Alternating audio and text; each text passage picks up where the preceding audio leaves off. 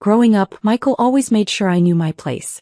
He was the golden child, valedictorian, full scholarship to MIT, the one mom bragged about to neighbors. I was the practical one, as they called it. The one who worked summers at the warehouse while Michael interned at Fortune 500 companies. Sarah's different, Mom would explain to relatives.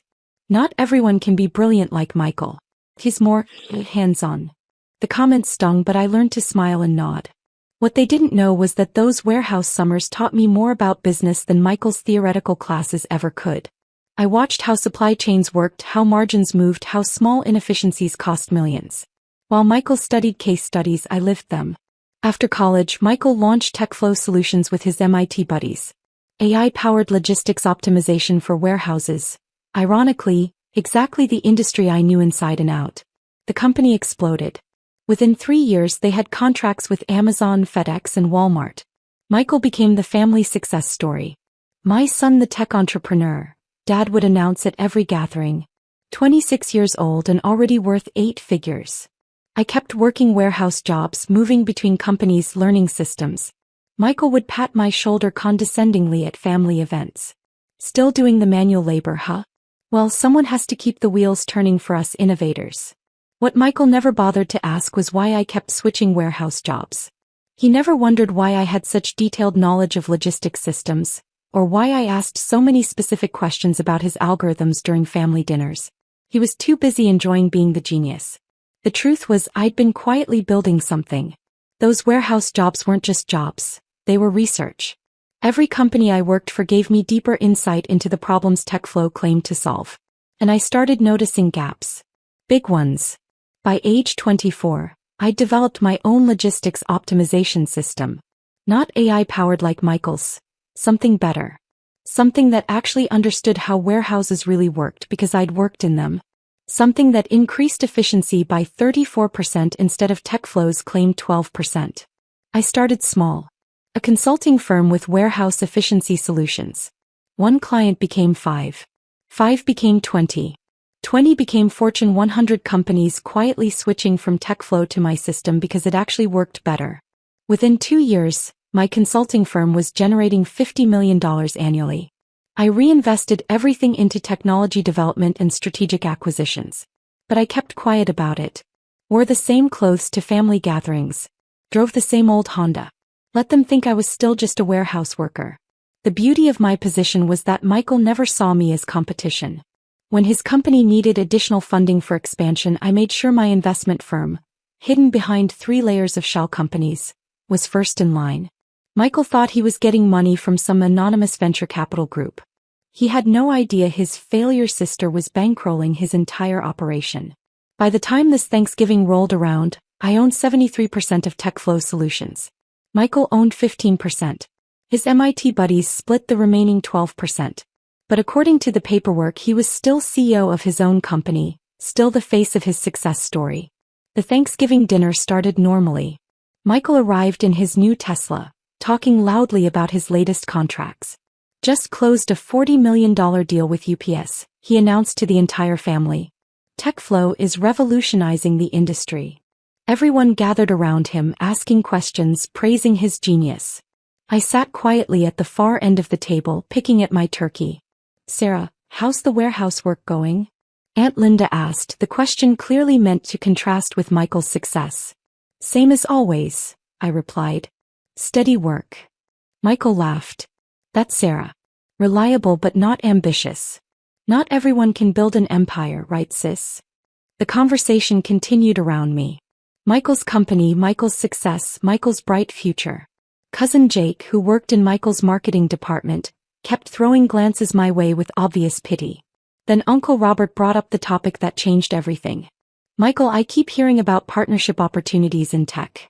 Jake here has been talking about maybe investing in something bigger. You should consider bringing in some family money. Michael's eyes lit up. Actually, I've been thinking about that. TechFlow is ready for our next growth phase. We're looking at expanding into autonomous vehicle logistics. Could use some additional family investment. How much are we talking? Dad asked, leaning forward with interest. Well, for a significant stake, maybe 5%, we'd be looking at about $10 million. But that's for serious investors only. People who understand the tech industry. Jake practically bounced in his seat. I've got about 2 million I could invest. Been saving for something big like this. That could work, Michael nodded approvingly. Though you'd need to understand this is serious business. Not for everyone. That's when Jake looked directly at me. Good thing Sarah's not interested in business partnerships. No offense, but you'd need real money for something like this. Michael followed Jake's gaze and laughed. Yeah, no offense, Sarah, but this kind of investment opportunity isn't really for your situation. What do you mean? I asked innocently. I mean, this is a $10 million conversation, Michael said, still chuckling. You work at a warehouse. This is venture capital level stuff. Cousin Jake nodded enthusiastically. You're too poor to be a business partner, he said with a grin. Stick to your warehouse job. The table erupted in laughter. Even Mom smiled. Jake's just being honest, dear. Michael's company is for serious investors. I looked around the table at their faces. Michael's patronizing smirk. Jake's obvious pleasure at putting me in my place. Dad's approving nod at what he saw as appropriate boundaries. Mom's gentle but dismissive smile. You're absolutely right, I said quietly, returning to my turkey. I should stick to what I know. The conversation moved on. Michael and Jake spent the next hour planning Jake's investment. Michael explained how Jake would get 0.2% of the company for his $2 million. A steal for family, he said generously. I listened to every word while finishing my dinner in silence. Michael had no idea he was selling Jake shares in a company that I controlled. Jake had no idea he was about to invest in a business that could disappear overnight if I decided to pull my funding. After dinner, I helped Mom clean dishes while the men continued their business talk in the living room. Don't feel bad about not being included, Mom whispered as we loaded the dishwasher. Michael's just trying to protect you from losing money you don't have. I appreciate that, I said, meaning it in a way she couldn't understand. I left early, citing a long day at work tomorrow. Michael barely looked up from his conversation with Jake to wave goodbye. See you at Christmas, sis. Maybe by then you'll have gotten that promotion to supervisor. The laughter followed me out the door. I drove home to my modest apartment, the same one I'd lived in for 3 years, despite being able to afford a mansion. I sat at my kitchen table with a cup of coffee and opened my laptop. My phone showed 17 missed calls from my portfolio manager, David Chin. He'd been trying to reach me all evening, probably with updates on the quarterly reports. David managed my investment portfolio through Meridian Capital, the firm I'd used to acquire my stake in TechFlow. I called him back at 9 p.m. Sarah, thank God, David's voice was urgent. I've been trying to reach you for hours. We need to discuss the TechFlow situation. What about it? Their Q3 reports came in today. The company is in serious trouble. Revenue projections are down 40% from last quarter. They're burning through cash faster than projected, and their main competitor just launched a superior product. Michael Kim doesn't know it yet, but TechFlow is about 6 months from bankruptcy without additional funding. I wasn't surprised. I'd been watching TechFlow's real numbers for months through my majority ownership. Michael was brilliant at marketing and raising money, but terrible at actual business operations. His AI system looked impressive in demos but failed in real-world applications. Companies were quietly switching to competitors, including my consulting firm, but Michael was too focused on fundraising to notice. What are my options? I asked. Well, you own 73% of the company. You could inject additional capital to keep it afloat, but honestly it would be throwing good money after bad. The technology gap is too wide to close. Or, you could liquidate your position. Withdraw your investment and let the company restructure.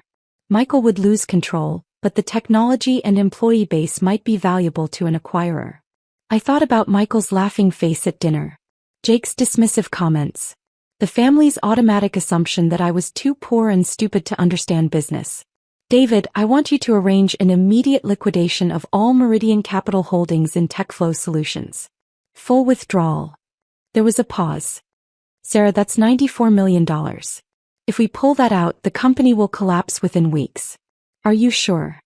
I'm sure. And the timing? We could structure this over several months to minimize. No. I want it done first thing Monday morning. Full withdrawal, immediate notice to TechFlow management. That will cause a lot of chaos. Michael Kim will be completely blindsided. That's the point. David sighed. All right. I'll have the paperwork ready by 8 a.m. Monday. This will definitely make the business news. TechFlow's collapse will be pretty public. Good. One more thing. I want Jake Morrison's pending investment blocked. Put TechFlow in emergency restructuring before he can transfer any funds. Consider it done. Sarah, can I ask why the sudden decision? I thought about how to explain it. Let's just say I had dinner with the CEO tonight, and I've decided I don't want to be in business with him anymore. Monday morning, I was drinking coffee in my kitchen when my phone rang at exactly 8:47 a.m. Michael's name flashed on the screen. I let it go to voicemail. It rang again immediately. Then again. By 9:15 I had 12 missed calls from Michael and 6 from Jake. Finally I answered. Sarah. Michael's voice was panicked, shouting. Sarah, I need to talk to you right now. What's wrong? I asked calmly. Everything. My company, TechFlow. Our main investor just pulled out. $94 million gone. They gave notice this morning and they want everything liquidated immediately. Oh no. That sounds terrible. IT is terrible. We're completely fucked. I don't understand what happened. Meridian Capital was supposed to be a long-term partner. Now they're saying the investment was tied to performance metrics and we didn't meet targets. I could hear papers shuffling in the background, other voices talking rapidly. Michael was clearly at the office, probably in an emergency meeting. I'm so sorry to hear that, I said. Is there anything I can do to help? What? No, Sarah. This is a $94 million problem. I needed to tell someone in the family. Dad's going to kill me. I'm going to lose everything. What about Jake's investment? Didn't he say he had $2 million? Michael's laugh was bitter. Jake? His money is blocked. The company's in emergency restructuring. Nobody can invest now until we figure out this mess. His $2 million wouldn't save us anyway. We need the full 94 back or something close to it. Have you tried calling other investors? Sarah, you don't understand. This isn't about finding $2 or $3 million. This is about replacing a $94 million investment that got pulled overnight. There aren't that many people in the world who have that kind of money just sitting around. That does sound difficult, I agreed. Through the phone, I could hear someone calling Michael's name urgently. I have to go, he said. The lawyers are here. Sarah, don't tell the family about this yet, okay? I need to figure out if there's any way to save the company first. Of course. Good luck. I hung up and finished my coffee. My phone immediately buzzed with a text from Jake. Did Michael call you? Something's wrong with TechFlow. My investment got blocked. I texted back. He mentioned some investor problems. Sounds complicated. Jake. Complicated? Sarah, I was going to make serious money on this. This was my chance to get rich like Michael. Me, I'm sure you'll find other opportunities. Jake, easy for you to say. You're not losing $2 million. I almost pointed out that Jake wasn't losing $2 million. He never had the chance to invest it. But I decided to let him stay angry. By Wednesday, the news broke publicly. TechFlow Solutions, the revolutionary AI logistics startup, was filing for emergency restructuring after their primary investor withdrew $94 million in funding. Michael's face was all over the tech blogs, looking haggard and defeated. The articles were brutal. Startup founder loses $100 million company overnight. TechFlow Solutions, from rising star to bankruptcy in 72 hours. The fastest rise and fall in tech history. Michael stopped answering my calls. Jake stopped texting. The family group chat went silent. By Friday, I received a call from my consulting firm's CFO. Sarah, you're not going to believe this. 3 of TechFlow's biggest clients just reached out. They want to switch to our system immediately. They're offering a combined contract worth $67 million annually. Which clients? UPS, Amazon, and FedEx. Apparently TechFlow's system was never actually working as advertised. They were manually correcting the AI recommendations behind the scenes. Now that TechFlow is gone, they need real solutions. I smiled. Accept all 3 contracts. And promote Jennifer to head of client relations. She'll handle the transitions. This is going to put us in the top 5 logistics consulting firms in the country. I know. That weekend, Dad called me directly. Sarah, have you talked to Michael recently? A few days ago. He mentioned some business troubles. Business troubles? Dad's voice was strained. Sarah, he lost everything. The entire company. He had to move back in with us. He's devastated. I'm sorry to hear that. The thing is, he keeps talking about this investor Meridian Capital. Says they destroyed his company for no reason. He's talking about lawsuits, but the lawyers say there's nothing he can do. The investment was legitimate and they had the right to withdraw. That sounds frustrating. Sarah, I need to ask you something and I want you to be honest with me. My heart rate didn't change. Of course, Dad. Michael is convinced there's something personal about this. He thinks someone specifically targeted his company. He's been going through the investor documentation, trying to figure out who actually owns Meridian Capital. Did he find anything? That's what I'm calling about. The company is owned by a series of shell corporations, but there's a name that keeps appearing in the paperwork. Someone named S. Morrison. Sarah Morrison. I paused for exactly 3 seconds. Dad, Morrison is a pretty common name. I know. But Michael is fixated on this. He keeps saying it's too much of a coincidence. A Morrison destroying his company right after Jake Morrison was supposed to invest. What are you asking me exactly? Dad's voice became gentle. Sarah, honey, I need you to tell me straight. Do you know anything about this Meridian Capital situation? I looked around my modest apartment.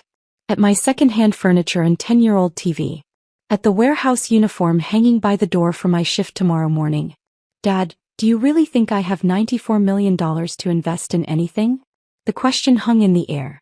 Dad's silence stretched long enough that I could hear him thinking it through. His daughter who worked in a warehouse. Who drove a Honda Civic. Who lived in a one-bedroom apartment and worried about grocery bills. Finally he laughed. You're right. I'm sorry, sweetheart. Michael's just desperate to blame someone. The idea that you could be involved in high-level venture capital is, well, it's ridiculous. It's okay, Dad. Michael's going through a lot. He is. Listen, could you maybe call him? He needs family support right now. And maybe don't mention Jake's investment thing. He's pretty bitter about that falling through. Of course. I'll call him tonight. Thanks, Sarah. You're a good sister. After we hung up, I sat in my kitchen for a long time thinking. Michael was smarter than I'd given him credit for. He'd traced the ownership back far enough to find my name. If he kept digging, if he hired the right forensic accountants, he might eventually connect all the dots. But he wouldn't. Because the one thing Michael could never overcome was his absolute certainty that his little sister was too poor and stupid to outmaneuver him. I called Michael that evening. Sarah. His voice was hollow, exhausted. Dad told me what happened. I'm so sorry. Yeah, well. Everything's gone. 5 years of work just gone. What will you do now? I don't know. Start over, I guess. Maybe get a job at another tech company. Pay off debts. Mom and Dad are letting me stay here for a while. That's good. Family support is important. Sarah, can I ask you something? Sure. Last week at Thanksgiving, when Jake said that thing about you being too poor to be a business partner, I laughed at you. I remember. I feel like shit about that now. Here I am, 30 years old, living with my parents again. And you've got a steady job in your own place. Maybe being practical isn't such a bad thing. I almost felt sorry for him. Almost. Everyone has ups and downs, I said. You'll figure it out. Yeah. Listen, I'm going to keep investigating this Meridian Capital thing. Something about the timing feels personal, you know? Like someone wanted to destroy me specifically. Maybe it was just bad business. Maybe. But if I find out someone deliberately sabotaged my company. Michael's voice hardened. If someone in our family was involved somehow, that would be unforgivable. Of course it would. Anyway, thanks for calling. It means a lot. After we hung up, I opened my laptop and checked my bank balances. Between my consulting firm and various investments, my net worth had crossed $400 million sometime last month. Tomorrow I'd go back to my warehouse job. I'd wear my uniform and punch my time card and let my coworkers see me as just another employee trying to pay the bills. But tonight I allowed myself a small smile. The family that had spent 15 years dismissing me as the poor failure was about to learn exactly how expensive that mistake had been. Michael's phone was still ringing. And it would keep ringing until he figured out what I'd known all along. Sometimes the person you underestimate the most is the one with the most power to destroy you. He just had to be smart enough to see it. And smart enough to admit that his practical little sister had been playing a game he never even knew existed.